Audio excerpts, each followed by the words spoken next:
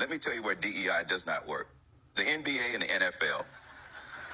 Where are the Asian, Latino, and Hispanic basketball and football players?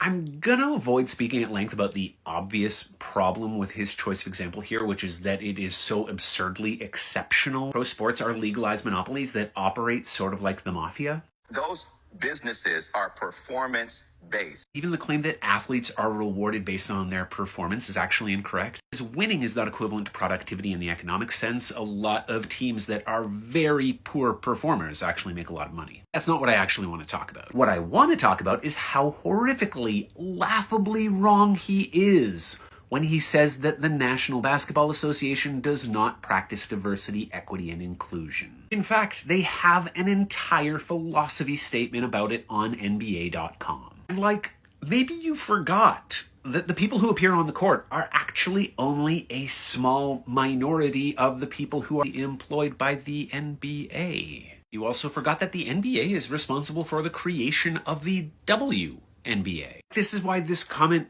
blows my mind. The NBA was practicing DEI before we called it DEI. But the league is more than the board of directors. It's really about individual teams, right? Let's look at what, say, the Lakers do on the DEI front.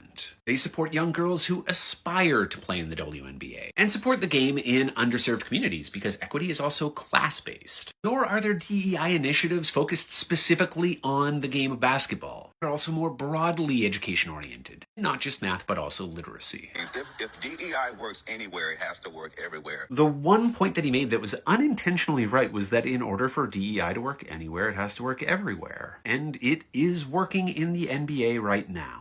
Because DEI does not mean that in the name of diversity, the Lakers have to employ a 5-foot-tall white guy. It is not about ensuring that people that lack the talent or the skill are given the job. That's just a myth that people who don't understand DEI made up. Rather, it's about ensuring that the people who have the talent and or skill can also get the opportunity and aren't denied it for reasons of socioeconomic class or because they were excluded by design. And don't get me wrong, diversity, equity, and inclusion initiatives are not magical cure-alls, and there are often trade-offs. We should absolutely have conversations about their shortcomings. But before you can join the conversation, all I am asking is that you make sure you have the slightest clue of what it is you're talking about.